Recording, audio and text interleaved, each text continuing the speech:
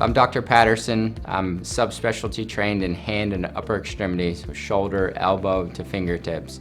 I also take care of all general orthopedics, and particularly with traumatic injuries or fractures. I'm trained to cover anything from an ankle fracture, a tibia fracture, femur fracture, all the way up through the shoulder. I did all of my training down at MUSC in Charleston for both medical school and residency. After that, I did a fellowship or subspecialization year in hand and upper extremity, so shoulder, elbow to fingertips, up at Brown University in Rhode Island.